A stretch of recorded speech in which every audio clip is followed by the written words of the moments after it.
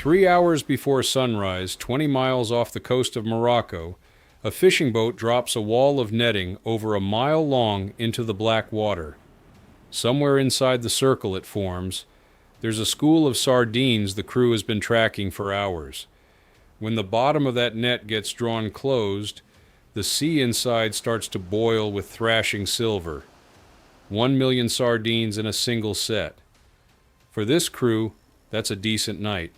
Not a record, just the job. This is what it actually takes to put a tin of sardines on a supermarket shelf, but almost nothing about it looks the way you'd imagine. Sardine fishing has been around longer than most countries have. The Romans did it. The Phoenicians did it. There are ruins of Roman sardine processing plants along the coasts of Portugal and Spain that are nearly 2,000 years old. The word sardine itself comes from Sardinia, an Italian island that used to be surrounded by so many of them you could reach in and grab one with your hand. For most of that history, catching these fish meant wading out with a net woven from flax and carrying home whatever fit in a basket. You fed your village, salted some for winter, and that was the industry for 2,000 years.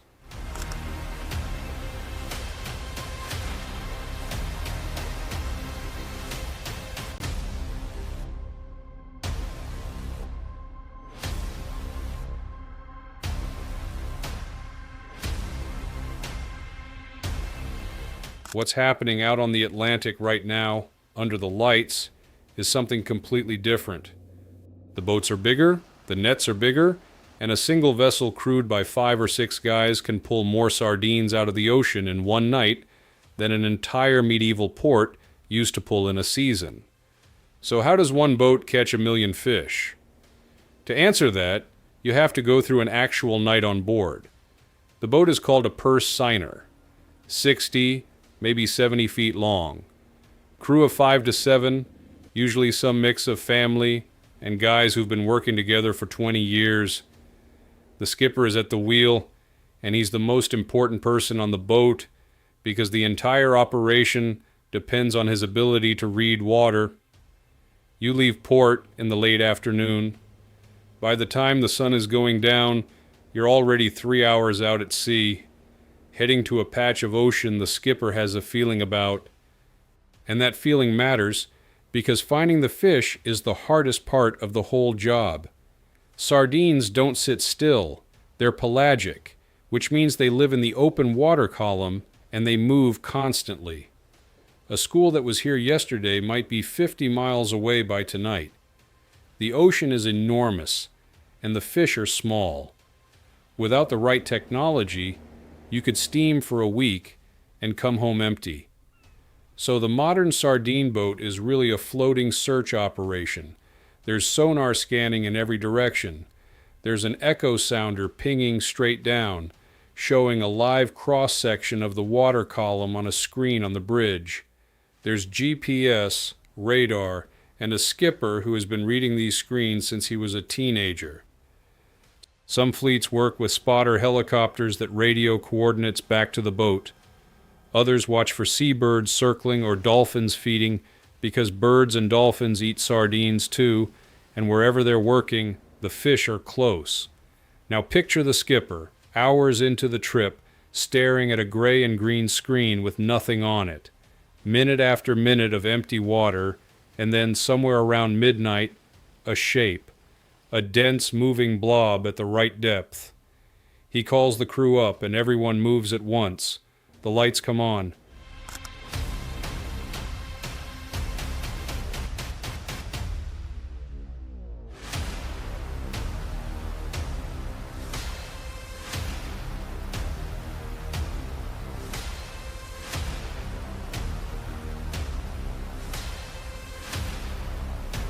Sardines eat plankton, and plankton is attracted to light. So if you shine a bright enough lamp into the water at night, you pull plankton toward your boat, and the sardines follow. This technique has been around for centuries. Ancient fishermen in the Adriatic used to burn pine wood in iron grids mounted on the bow of their boats to do exactly this. Then came kerosene lamps, then acetylene. Now it's high wattage LEDs and fluorescent arrays, some boats running lamps at 4,000 watts or more. From the International Space Station, you can actually see this happening. Astronauts have photographed the Arabian Sea off the west coast of India, lit up at night with green fishing lights, spread out across hundreds of miles. It looks like a floating city, except there are no roads and no buildings. Just boats, pulling fish up with photons. The catch is building, the school is tightening under the lights, and now the real work starts. A smaller boat called a skiff is lowered off the back of the main vessel. One crewman drops into it, grabs one end of the net, and starts driving in a wide circle around the school. The main boat holds the other end. Between them, the two boats weave a ring of netting around the fish until the skiff comes back around and hands its end back. The circle is closed. The fish are now inside a cylinder of net that goes 600 feet down into the dark, but they're not caught yet, because sardines, when they sense a net, do one thing. They dive.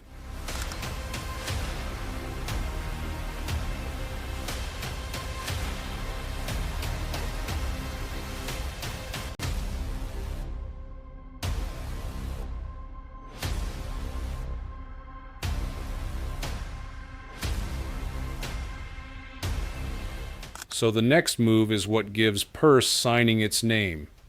There's a heavy cable threaded through metal rings along the bottom edge of the net. The crew starts hauling that cable in, and as it tightens, the rings pull together, and the bottom of the net closes, like a drawstring purse. The fish, trying to escape downward, find they can't. The bag is sealed. Now they're caught. At this point, you might think the hard part is done. It's not. In a lot of ways, this is where it gets dangerous. A net full of 1 million sardines weighs 30 tons, sometimes more. You can't haul it onto the deck in one piece. You'd rip the net, flood the boat, or both. So what the crew does instead is slowly pull the net in from the sides, tightening the bag until all the fish are packed into a concentrated section called the bunt, right alongside the vessel. Then they bring out a fish pump, or a giant dip net called a brailer, and start transferring the catch scoop by scoop. Each scoop holds a few hundred pounds of fish. The sardines pass through a water separator that drains off the seawater, then drop into refrigerated tanks below deck, where chilled seawater keeps them just above freezing until the boat reaches port. All of this, from the first drop of the net to the last fish loaded, takes about 3 hours. Longer if the weather turns. And the entire time, the crew is working in the dark on a wet deck with cables and lines under serious tension. Fishing is consistently ranked as one of the most dangerous jobs on Earth. Cables snap, nets collapse, and guys get pulled overboard. It happens every season. But when the last fish is on board and the engines finally turn back toward port, there's a quiet on deck that's hard to describe. The horizon is starting to turn gray. The tanks are full. And the crew, after 18 hours of work, has pulled 1 million lives out of the ocean. We dig into stories like this every week. If that sounds good, subscribe. There's a side of this job almost nobody outside the industry ever sees. That catch of 1 million sardines, a significant portion of it might get thrown back dead.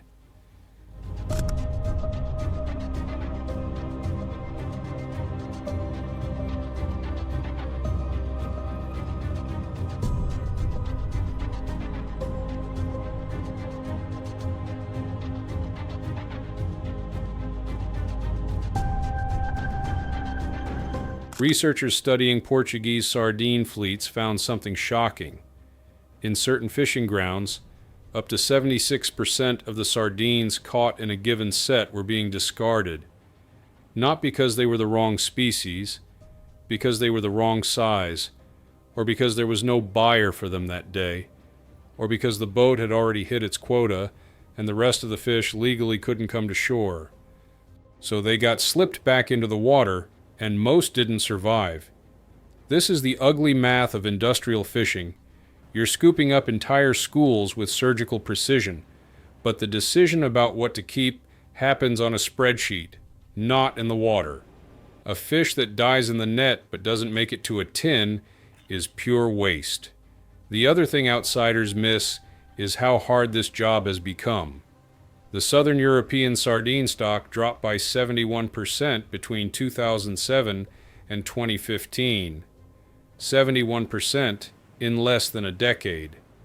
Regulators responded by cutting the number of days the fleet was allowed to go out. Portugal now caps its sardine boats at 180 fishing days per year, with a mandatory 2-day shutdown every weekend.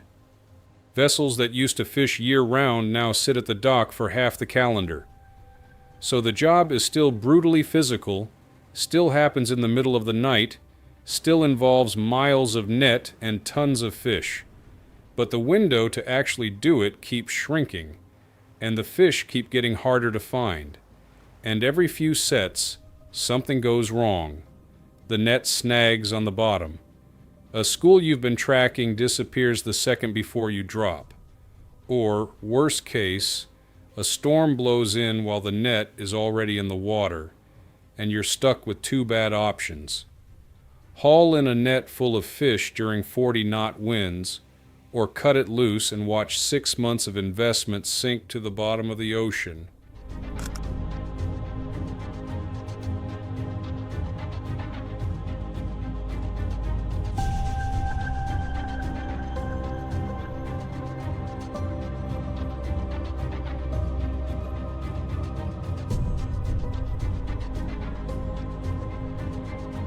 Ask a sardine fisherman why he's still doing it, and you'll get a few different answers.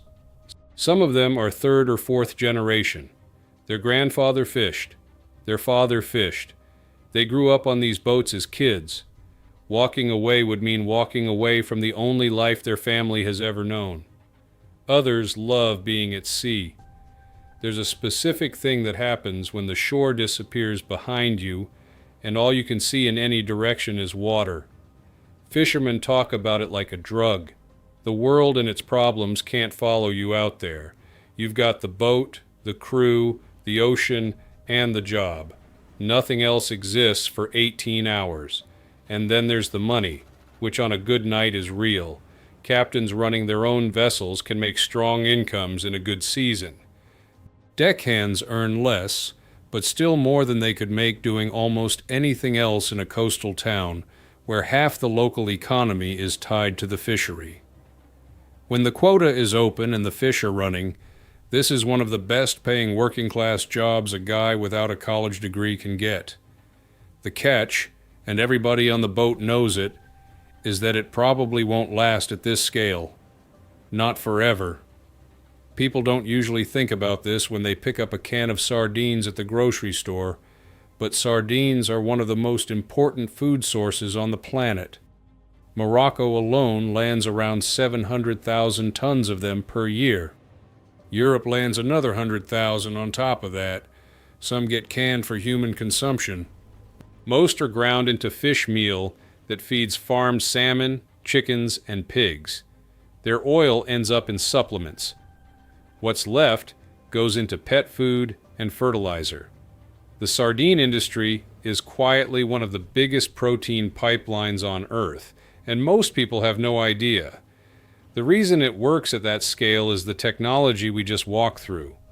Sonar, lights, nets that stretch over a mile, power blocks that do in minutes what used to take a village a full day. A single modern purse seiner can catch more sardines in one night than the entire fleet of a medieval port could catch in a year. But that same technology is why the stocks are in trouble. When you can find every school and empty every school, the ocean can't replenish fast enough. Which means the crew on that boat tonight, pulling in their million fish, is riding a wave that eventually has to break. Whether that's the price we're willing to pay for cheap protein is a conversation that hasn't really happened yet. Somewhere off the coast of Morocco right now, a boat is coming home. The crew has been awake for 18 hours. Their tanks are full, their hands raw. The sun is starting to come up over the port, and the dock workers are already there, waiting to offload the catch and get it into ice trucks headed for the canneries. By noon, the fish will be in tins. By next week, some of them will be in a kitchen cupboard on the other side of the world. And by tomorrow night, if the weather holds and the fish are running, this same boat will be back out there, under the lights, looking for the next school. It's a job that has been around for 2,000 years, and in its modern form, it may not survive the next 20. If you want to know what 1,000,000 sardines actually looks like in a net, it's a wall of silver 3 stories deep, thrashing in the dark, with 5 tired guys standing over it, trying to figure out how to get them all on board before the sun comes up. That's the job, every night. And that's how your dinner gets made. There's another one on screen if you're not done yet.